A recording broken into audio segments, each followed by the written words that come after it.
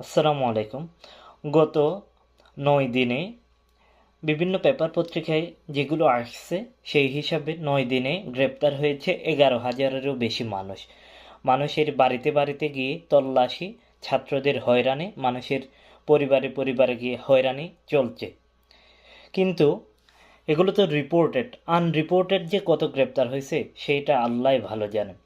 এই স্বৈরাচার সরকার সবাইকে জেলখানায় ভরতে চায়, প্রত্যেকটা বাড়িকে জেলখানায় পরিণত করতে চায় এবং আমি আপনি যেন মুখ বন্ধ করে থাকি সেই ব্যবস্থা করতে চাই। কিন্তু আমরা তরুণ সমাজ, আমি আপনি সকলে দেশে বিদেশে যে যেখান থেকে আসি সেখান থেকে এই সরকারের প্রতি নিন্দা জ্ঞাপন করব। এই সরকারকে সহযোগিতা না করে অহিংস আন্দোলন করব। আমরা এই সরকারের পতন ঘটাবো ইনশাআল্লাহ। সময় আসবে, একদিন আমাদের হবেই সময়। সেই দিন প্রতি ফোঁটা রক্তের